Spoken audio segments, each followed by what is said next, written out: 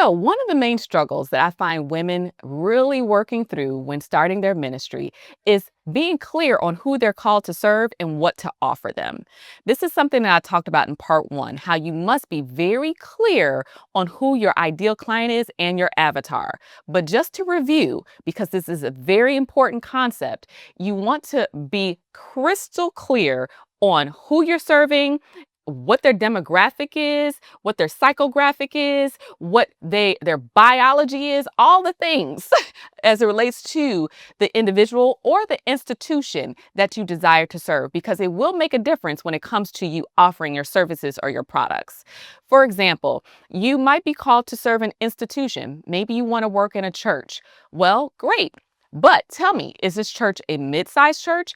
Is it a large church? Is it a mega church? Do they belong to a certain denomination? Do they have certain values? Do they already see the importance of what you have to offer? Maybe you want to do a healing ministry. Do they already have counselors on staff, so they're more likely to be open to your curriculum? Or do you want to be the first one to introduce them to this concept? Having an understanding of the dynamics of the type of institution you want to serve or the individuals matters, because based on who you're deciding you want to serve determines how you set up your services and products so you can best meet their needs. After you get crystal clear on who you're called to serve, now it's time to decide how you're going to generate revenue in your kingdom business or your ministry.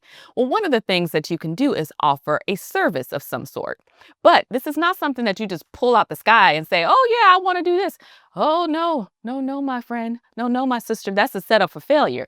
You want to make sure that you do product market research. And I'm going to tell you why. I remember when I first was getting started with my ministry, my girlfriend scared me to death and said, hey, girl, you going to be homeless on the street if you don't figure out a revenue model. I said, oh, Lord, I don't want to be homeless on the street. So let me figure out, how am I going to generate revenue for my ministry? And so I decided I'm going to launch this course. I decided to call it the Unstuck course because it was right at the beginning of COVID. People felt stuck, and I wanted to help people to find healing on their journey and feel freedom in God. And so I spent 3 months putting together this course, recording videos. I was super excited about the launch. I had a photo shoot. I had this fabulous website. I spent thousands of dollars on this product, and it finally was launch day. And I was telling my friends about it. I was sending people emails about it.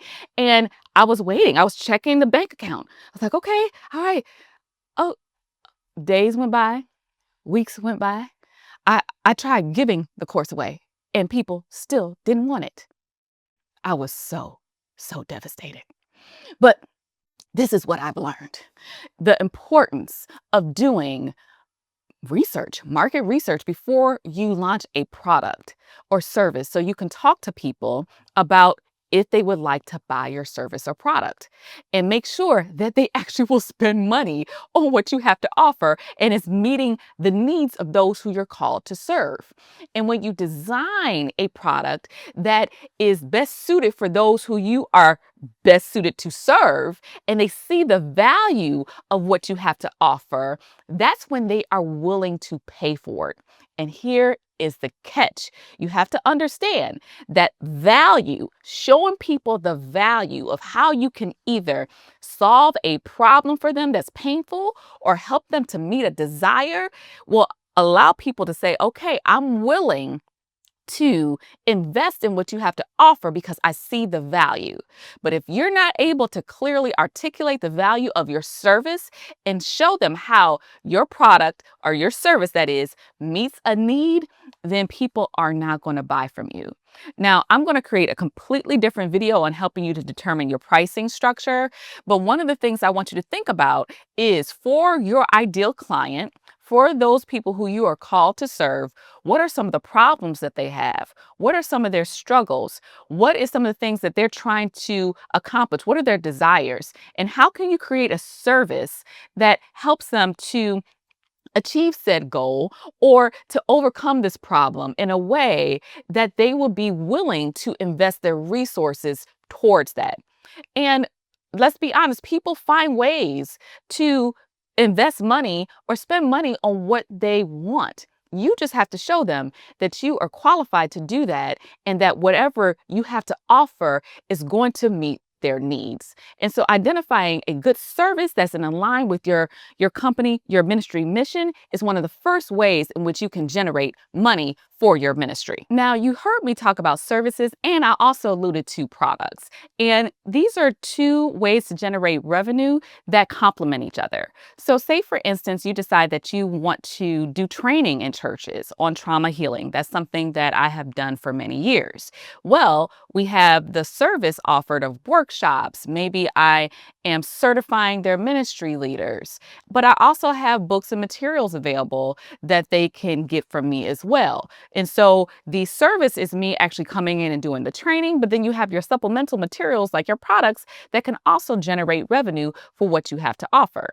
Now, depending on your setup, you might actually be the person who is designing this curriculum, designing this training. That's your intellectual property. And if it's something where you see this going to the masses, another way that you can generate revenue is by licensing this curriculum. Maybe instead of just you trying to do all the things, you create the curriculum, you create a system in which other people can get certified in your curriculum at a certain price, and then they can have authorization to use it for a certain period of time. Your intellectual property is something that you also can put in the form of a digital course and make that available for passive income where you're making money while you sleep. Now, the main thing that I want to point out here, your intellectual property, you want to be sensitive to the idea of making sure that you protect your intellectual property so that people don't run off on it. Because if people have access to your curriculum and you don't have something in writing and you don't consult a lawyer on how to protect your intellectual property, then down the road, people can be using your curriculum in perpetuity, and you're not getting any royalties from that. So one thing I want you to consider is how you're going to protect your intellectual property when you're putting all this good information out into the world. Because even though you're doing this to glorify God, God gives us wisdom and wants us to protect ourselves when we're doing this good work. Now, even as a for-profit organization, a lot of people don't realize that you can still get grant dollars. That's right, you can still get grant money. I have known a large organization in the Midwest that serve the homeless, and they were a LLC and they got government grants because they structured things a certain way. They still were able to receive that. And say, for example, you're not going out for these large government grants. Well, maybe you partner with an organization that's in need of your services, which is one of the things that I was able to do through my ministry, Faith on the Journey. Faith on the Journey, which is my kingdom business, serves people by providing trauma healing, Christian trauma healing resources. We do trainings, we do workshops, we provide Christian counseling. And I wasn't really actively seeking out grants, but I partnered with an organization that was a nonprofit who received a grant through the city of Chicago. And that organization was able to subcontract my for-profit for me to receive grant dollars to conduct these workshops and trainings. And this opened the door for me to serve churches who otherwise might not be able to afford to receive this valuable training. So consider how you might be able to leverage partnerships to get grant dollars, or even look for opportunities for grant money for entities who do fund LLCs or for-profit entities. Another way that you can generate some good revenue for your ministry is to have a membership community. I have been blessed to create and cultivate a membership community of sisters who I coach to help them to start their ministries. And people are looking for communities. They're looking for places in which they can share their struggles, where they can receive training and support, where they have like-minded people that they can mastermind with. And so maybe in your respective field, you can create a community and have a membership fee associated with it that allows for sisters to connect, or whatever demographic, to connect, to learn, to grow together.